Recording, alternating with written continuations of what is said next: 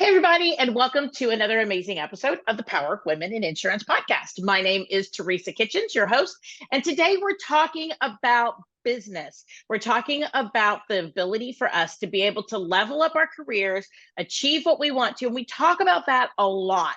But today we're actually talking with a business coach that actually has a background in the insurance industry. And she is actually helping us out today to talk about areas of her expertise, as well as areas where we, as business owners, people in sales in the insurance industry, can help to level up our game. So, Anais, welcome to the podcast. I am excited to have you today. Thank you. Thank you so much, Teresa. Super excited to be here. So, Anais, tell us about your background a little bit, okay? How you kind of came to where you are today, and a little bit about your insurance background as well. Absolutely. So, going back a little bit further, I'm actually a CPA by trade. I started my career in public accounting, did that for a year and a half, and hated it. And my mom had an insurance agency for a little while, and I worked for her part-time when I was in college, and she was at a pivotal point in her business and really needed someone like me with an accounting, finance, business background to come in and kind of create some operations and processes to set her up for success. Because my mom is a salesperson and nothing else. So she needed someone like me. So I joined and made a lot of changes and grew the business and hired new staff. And we did really well over a course of 5 years. At that point in time, my mom and I realized we just wanted different things for the agency. And she was kind of getting ready to sort of start slowing down. So we made a decision to sell the agency. And this was about a year and a half ago, March 2021. So she ended up staying on with the new owners, and she's still with them and kind of just consulting and helps them. And I actually made a personal move from Houston, where I'm from, to Los Angeles. And I took a little bit of a break, was trying to figure out what I wanted to do next. And after a lot of reflection and actually hiring my own coach, I realized I really loved working with people. What I enjoyed the most about running the agency was working with my staff, was like giving them good feedback, helping them realize their potential, and also doing those things for my clients. Most of our insurance clients were business owners. And so I got to see them from when they first started their business and kind of guiding them on like, this is what you need to protect yourself. This is how you should scale, things like that. I love that part. And I knew this is what I wanted to focus on in this next year of my career. So I decided to open up my own coaching practice, and it's been great so far. It's been a few months. I've really enjoyed the people I've worked with so far, and yeah, looking forward to doing more. So I love that. About me. I love that. So you've used your personal passion for what you really loved about what you did to be able to fire your next phase of your career. I think that's awesome. So I know that when you and I first talked too, you talked about you did get some additional certifications and so forth for this phase of new phase in your life for the coaching and all that. So tell us a little bit about that process, because I don't know that me on my end of the world, I understand really what goes into a lot of that training and what it goes into to be able to make a really successful business coach. Sure, absolutely. So this is going to be a different answer depending on what kind of coach you want to be. But if you want to work with business owners and maybe just career professionals, there's tons of options out there. I chose a program that was more broad, where you could do any kind of coaching. And the one thing I would recommend is look at the International Coaching Foundation, which is the ICF. If it's a program that's accredited through them, then it's a great one and you should choose it. And I'm happy to discuss in more detail if anyone's interested on what program to choose. But the way I went about choosing my program is, well, number one, it was referred to me by the coach that I was using before. But after doing some research on it, what I liked about it was that it was really focused on mindset, on like helping business owner or anyone that you're coaching to shift their perspective to look at their situation differently. it's really about empowering the people that you're going to be working with to use the tools that's already at their disposal, but they just don't know how. So that's kind of why I went with the program I went with. But there's tons of options there. I think the key is figuring out who you want to serve and what your style is going to be, right? Like how you want to teach people, right? Do you want to be more tactical or do you want to be more focused on what? So that's kind of the difference there. I love that. I love that. So, as far as your approach, though, you do want to work with lots of different types of businesses, not just stick within the insurance industry. But what do you find through your education and through working with clients at this point? What do you find is the number one place that you generally start with someone? I think when people get into business coaching and hire a business coach, sometimes they're just really afraid of what that's going to mean. I mean, where are they going to go? What are they going to make me do? What are we going to have to talk about? What are we going to have to change? Right? Because we hire a coach, we want something different in our lives. We want something to change in our lives. But then sometimes that change can be really, really scary and it can be really frightening. So, for those people out there who probably maybe are thinking about a change, maybe for 2023, because we are coming up to the end of 2023, we are the week before Thanksgiving in 22. So, as people are listening to this podcast, if they're thinking about a business coach or even working with you, what would you tell them as far as like the change fear, the fear around that change that might help them to get started with you? Sure, absolutely. So this is a very common thing that a lot of coaches deal with, especially people who are business owners, because entrepreneurship is a lonely place, right? You are the one making all the decisions, right? And you have so much that you have to take care of. So the thought of like, oh my God, I have to change something, I need to do all these things, it's overwhelming because there's so much that you can do for your business. And then you end up not doing anything, right? So I think the number one tip I would have is take it a step at a time. Understand that not everything is going to change in one day, and it shouldn't, right? And more importantly is lean into the uncertainty, right? Don't expect an answer right away. Be okay with not knowing initially, because that's the first step. Because if you immediately go into these conversations saying, okay, I gotta have an answer. What result is this gonna give me? What do we do? You're going straight to like the end result, and that's overwhelming, right? And that's why people are like, no, that's too much. I don't want to do it. But if you start with just the way you're thinking, right, which is, all right, there's a lot to do, but I'm gonna be okay with not having all the answers. That's where you start, because then it opens up new possibilities that you wouldn't have even given time or energy to think about, because you're so focused on like, I got all these things that I need to do, right? So take a step back and be okay with just asking for help and starting really small. That's my best advice. Yeah, absolutely. And I always like the term, how do you eat an elephant one bite at a time, right? Is because we think of this big change that we want to be able to make either in our careers or in our lives, or because, when people come to you, they're looking, like we said, for change, right? But they don't want to be able to make that change. And I think sometimes they see where they want to be. They see maybe a vision that they want, or maybe they see somebody else in another industry. And I know that in the insurance industry, and you and I had actually met at the innovation conference, I think San Diego, right? Yeah. And I think when we go to these types of industry conferences, right, we sit around and we see all these people and they're talking about, oh my gosh, that they do this and this and this. And so we walk out with these pages of notes and things we want to be able to do.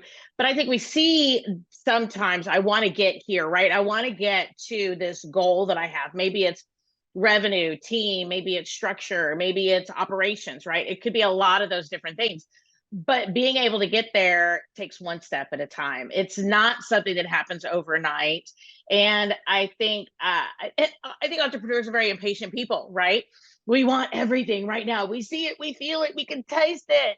Oh, but it's going to take me years to get there, right? 3 years, 5 years, 10 years. I can't be a $30 million agency if I just started 6 months ago, and I think sometimes entrepreneurs and people, even in sales, because they can see it, they can feel it, they can taste that success, get really, really frustrated in that. So I love what you're saying about just taking a step at a time, just one step at a time. It's great to have the vision, but we got to do it one step at a time, right? For sure. To add to that, actually, you just brought up an interesting point, is figuring out what your goals actually are, because it's really easy, as you said, to compare yourself to other insurance agents or even other business owners out there. You're like, well, I'm just as good as them. Why can't I do what they're doing? But your situation is unique and it's yours. So redefine what success means for you and your business, and make sure that that's what you're following, not the industry average or what the agency across the street is doing. Make sure it's your definition of success. And it's okay if you look at it and say, you know what, actually, I don't need to be a $30 million agency. I'm okay being a $5 million agency. Just because I can does not mean I should, because my lifestyle, my business is different. So be true to who you are first and foremost, and then the rest will follow. I love that. I love that, because I don't want, as a business owner, myself or my team, to end up in a situation that we hate. I mean, who wants to build a business that makes us want to run away from it? I mean, what is it? I've seen the meme on, I don't know, Instagram, whatever, live a life that you don't need a vacation from, right? I think that's a misnomer. We all need a vacation. To me, a vacation doesn't necessarily mean a beach somewhere to relax. It could just be a change of scenery. It could just be doing something mentally and emotionally that challenges us in a different way that maybe we're not mentally and emotionally challenged otherwise. It could be a retreat. It could be, sitting around with friends in the industry. It could be a lot of different things. So I love the fact that you're saying, take it one step at a time and be you. Be you. What sets your soul on fire. I say that all the time on this podcast. Do what sets your soul on fire, right? Because if you're not passionate about it at the end of the day and you don't want to be there, and maybe you have that huge agency that in your mind you needed to be able to have, you might not want it anymore once you get there. Yeah. Be careful what you wish for, because then once you're there, you're going to be like, oh, wait, I'm miserable in every other aspect of my life. Right. And I think sometimes even along the way, we might have that dream of being that big business, right? But along the way, we might reach something and say, hey, I'm really happy here. Maybe I don't need, so we can always reevaluate. I think it's really important too for people to know that their dreams can change. I know that, when we're young, we might have this dream of being a CEO of some company, right? But then when we get a little bit older, maybe we have a kid, we're like, oh, I just don't necessarily care if I'm that anymore, right? But then maybe, something happens and, I'm talking about myself, my kids grow up, right? Our lives change, right? And so all of a sudden I find myself with all this extra time. I had a great lifestyle agency that I was very happy with, that was doing fine for me for a long time. I raised my kids, we did great, but I wasn't in growth mode, right? So then all of a sudden I found myself in this empty nester position, and I was like, oh, now I have time. Let's maybe build, let's do something different.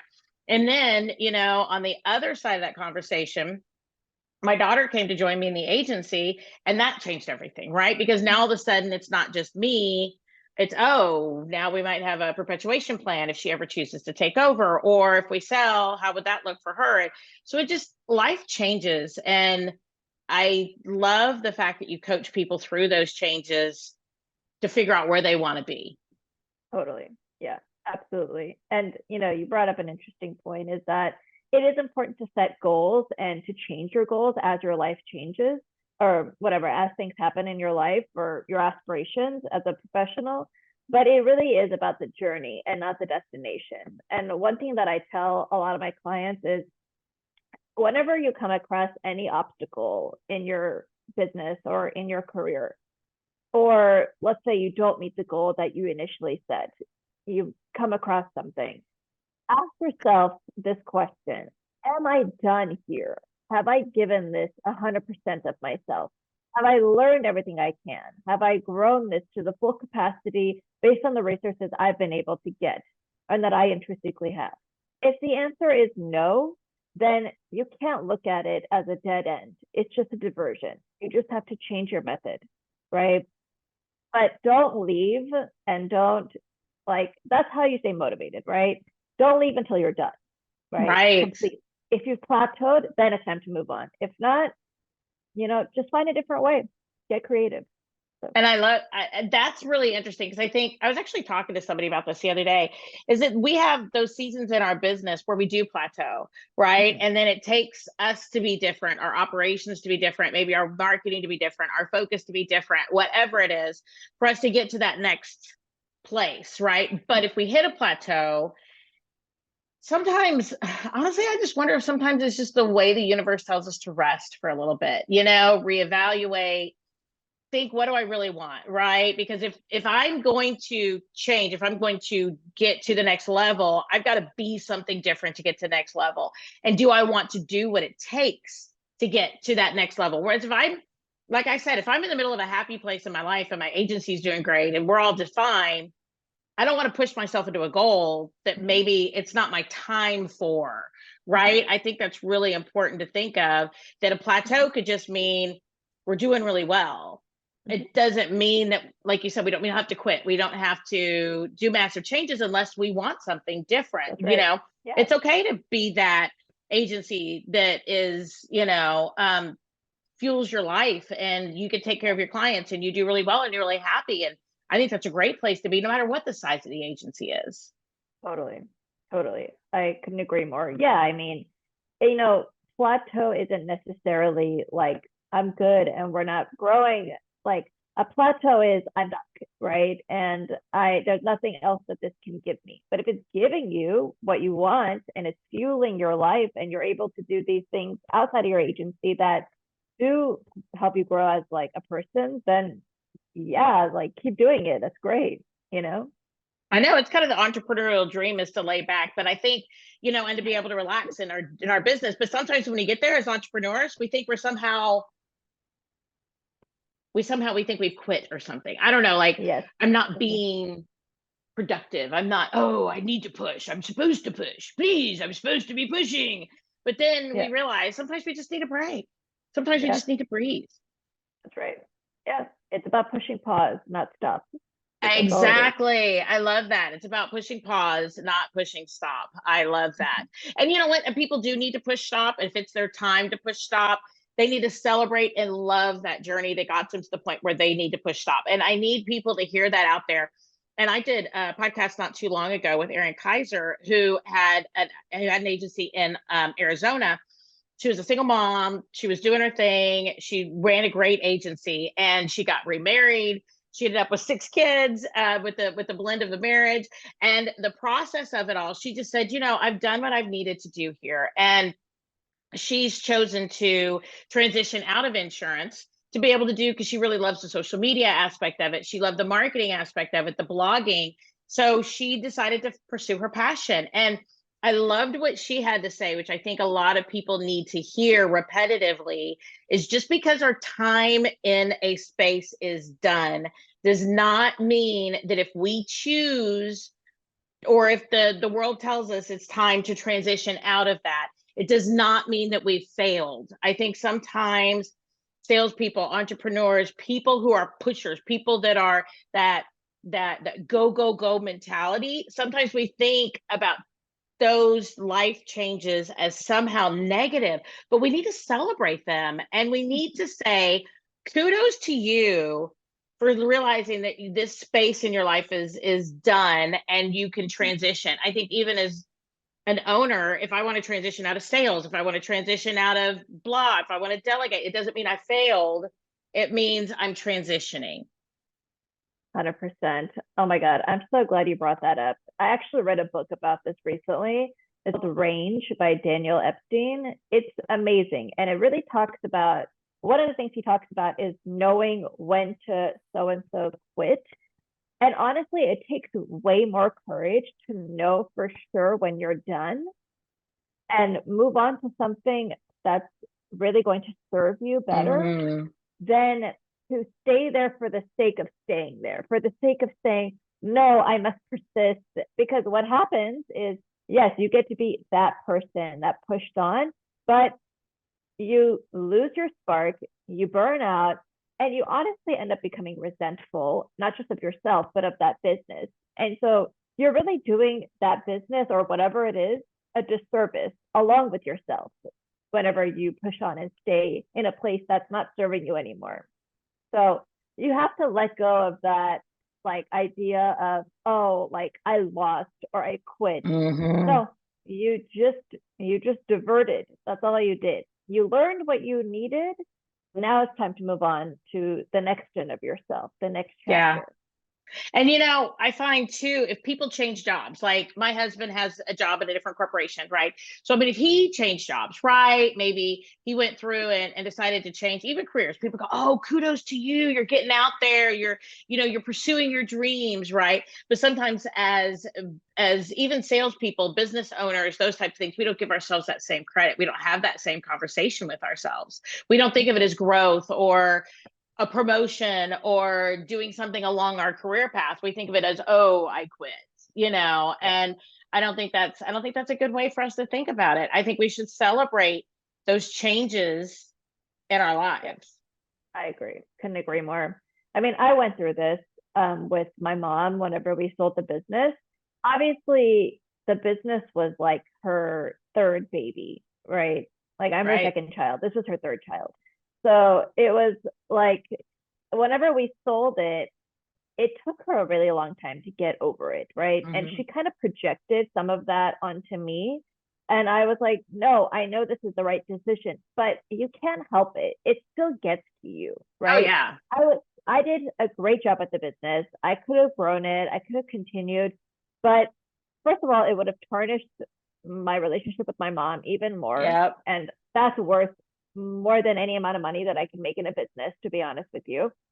And then secondly, yeah, I would have continued to be stuck there. I wouldn't have grown. All I would have done is made my mom happy, but then resented her and not had a relationship with her. And Yeah. so you have to kind of ask yourself, like, what's worth it? Like, what are you doing Mm-hmm. this for? Right? What are Yeah. you pushing on for? And I love that because as a business coach, I think you have to define that with Mm-hmm. your clients. What do you really want? Like, what do you really want? Not what you're supposed to want, right? not what Yeah. not what society tells you to want, right? But what do you really want? Because I think part of being a business coach, and I'm not one, but obviously, but I think it's getting people to be honest with themselves. What do you Totally. really want?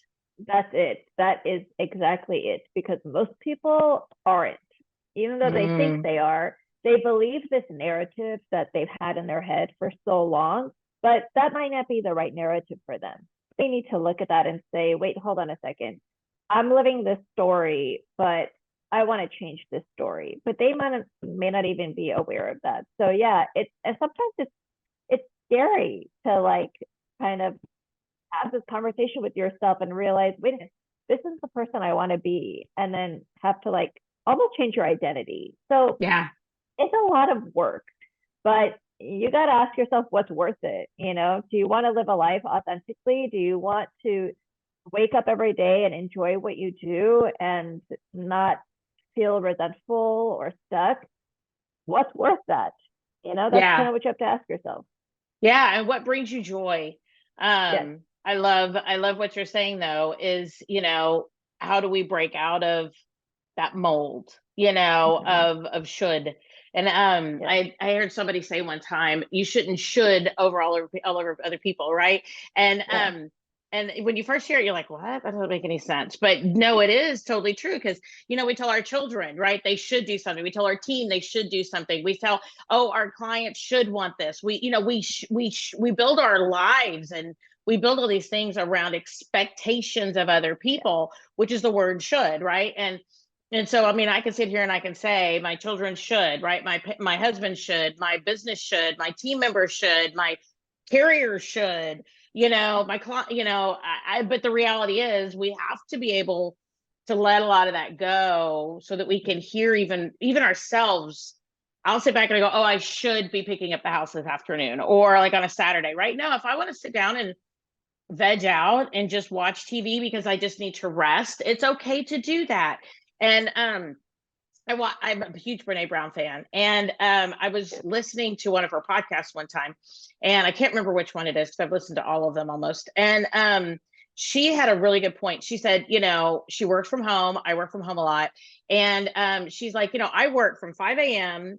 till like 7 or 8 o'clock at night. And she's like, sometimes in the middle of the day, I'll go and I'll sit down and I'll watch a little bit of TV. She said, but then as I'm relaxing or taking a lunch break, or if I go have lunch with a friend, I'll simply go, oh, I should be at the office. I should be working harder. I should be, and we put all these expectations on ourselves, and it really hurts us because then we can't find the joy in being able to do what we really truly love. And she had a really good point, which I've done before, is that she's like, I decided to take a break. I was frustrated with whatever she was working on. She's like, I went and I was just going to like watch a brainless TV show, like on, I don't know, Netflix or wherever. She goes, I turned it on, sitting there watching it. She said, all of a sudden I hear the garage door going up in my house. She goes, oh my gosh, whoever's coming in is going to think I'm lazy. I mean, this is her family, right? She works from home. And she's like, my family's going to be in judgment of me because I'm watching this TV show like in the middle of the day. And, Brene Brown's huge, right? She travels, she speaks, she teaches at the university. I mean, there's no way anybody could ever call this woman lazy ever on the planet, right? But just like with us, sometimes we go, oh my gosh. So what does she do? She turns off the TV real quick and runs into her office and sits there at the computer like she's faking that she's been working because of some sense of shame that she shouldn't even have. Right. Yeah. And I think about that all the time because I think that's so me, is that even if I do take a moment to chill out, I will totally like I'll flog myself for taking that moment to chill out. And I think a good business coach, like what you're saying, helps you to see your successes and how you can grow within that and get what you want out of life. Totally. Exactly. And it's so funny because you literally took the words out of my mouth. What I was going to share was that my coach, one of the first things she told me, because when I first started working with her, that's all that came out of my mouth. Oh, I should be doing this and I should try this. Right. And she went, stop shooting on yourself. And love it. Kind of what you said. And I was like, oh, yeah, I guess that's what I'm doing. So another key thing that she helped me with, which is what I do with my clients now, is figuring out where that should is coming from, right? Who placed that expectation in your head, right? Are you sure it's your voice that's saying you should do this? Or is it someone else's? And even if it is your voice, do you really believe that, right? Do you really believe, in Brene Brown's case, that your husband thinks you're lazy when you're a New York Times bestselling author and this super accomplished woman? Like, what put that in your head, right? Mm-hmm. So you have to find the source of where these repetitive thoughts and these patterns are coming from. Because if you don't find that, then you're destined to do it again, right? So that's definitely something that I work with people on, is like, well, where did these expectations come from in the first place? If they're not serving you, if they're just making you feel like this, then we have to change them. But we have to figure out where they're coming from first. So that's another thing I like to tell people to be mindful of, is whose expectation is this? And even if it is yours, are you sure you're okay living up to it? Right, exactly. And I love the fact that you're talking about our mental chatter, if you will. Like, where did that come from? Like, is that like a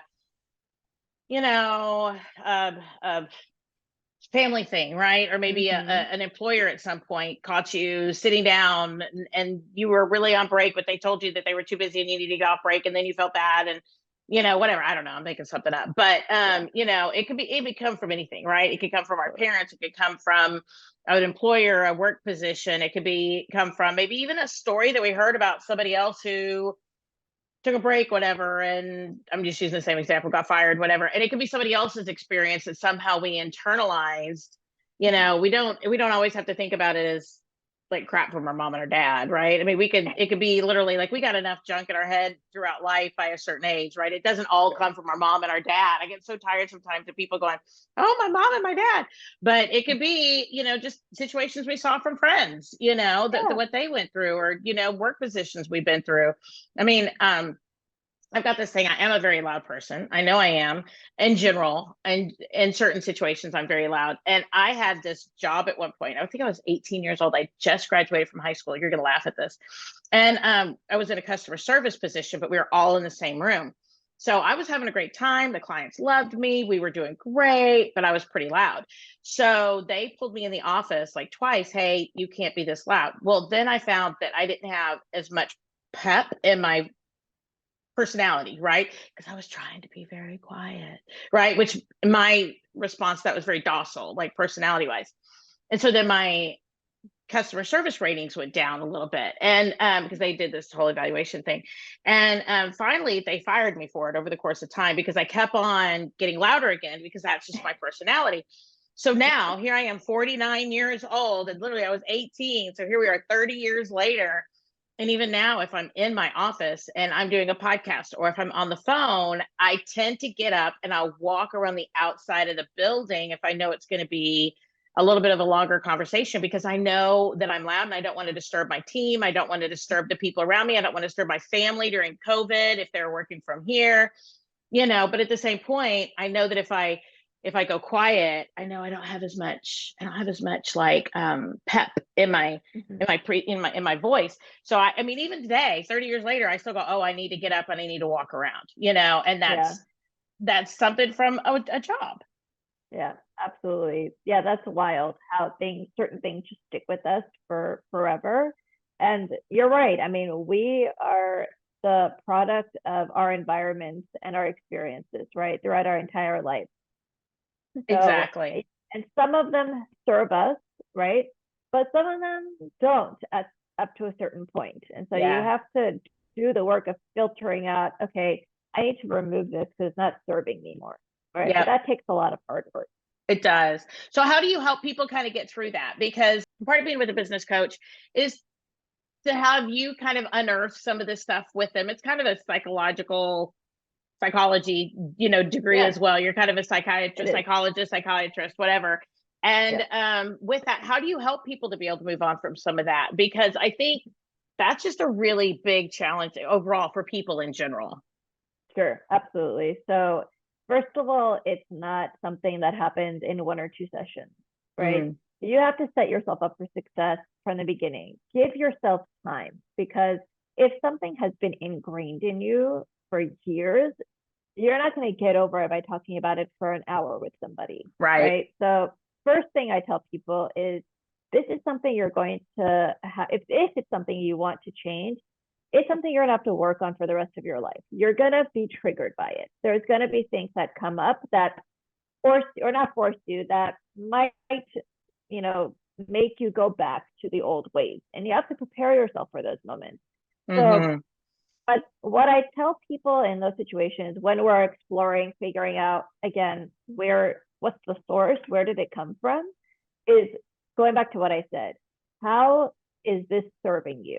Right. Mm, And sometimes they say, well, it has served me by making me a hard worker and making me do good in school and, making sure that I get good evaluations, but now it's not. And it's okay to honor that for what it was, but then say, you know what, this got me to where I am now, but it's not going to get me to where I want to go. right. So that's been a big revelation. And that's like what I try to guide people through, is focusing on what value is this bringing me. And Mm, also, if you are holding on to it, what are you holding on to? Like, how is it serving you to hold on to it? Is it security? Is it, avoiding embarrassment, avoiding rejection? Sometimes those are real things that people struggle with and they don't want to face, right? If it is it yep. avoiding confrontation? So you have to kind of unpack and dismantle that aspect of, these expectations before you can really change them and Hmm. create something that works for you. Because Yeah. if you don't address that, you're bound to just stay in it. It's a cycle. Yeah. Yeah. I love that. Well, if people want to work with you and talk to you a little bit more about this process, about being able to break through their barriers, about being able to achieve their goals, how would you recommend for them to be able to reach out to you? Because I think this is so important for people to be able to bring in an outside source, an outside coach, someone to be able to help them achieve their goals. And I think it just helps us to get just break through some of that, break through the glass barriers that we create for ourselves. So how can they reach out to you and how can they work with you? Sure, totally. So you can reach out to me by my email, which is just my name, Anais, Anais, at Anais.coach. And that's my website, Anais.coach, if you want to go online and read some more about, the type of work I do, my style. And you can find me on LinkedIn, Anais Babajanian. Weird name. I'm the only one with it, so it's going to be easy to find me. And I'm on Twitter and Instagram as well. I guess just my full name, Anais Babajanian. So yeah, just email me and I'd be happy to chat and see how I can help. I love it. I love it. Well, everybody, make sure that as you're looking at your 2023 goals, no matter if you're listening to this now, or if you're listening to this in April, May, June next year, whenever it is, make sure that you do look up a business coach to be able to help you to be able to break through your barriers and be able to achieve your dreams. So that is amazing. Anais, thank you so much for being able to join us today. I have loved this conversation so much. Thank you. For sure. Thank you so much for having me. It was a pleasure to be here and I had a lot of fun. Thank you, Teresa. Oh, I'm glad. I'm glad. Well, everybody, this is another amazing episode of the Power Women in Insurance podcast. And we do have a new episode every single Wednesday. We are on Apple iTunes, Apple or Google Podcasts. We're on Spotify. Give us a review so other people can find us out there. So make sure that you check us out, Power Women in Insurance. We are also on Facebook. And I will talk to you guys next week. Everybody, have a wonderful one.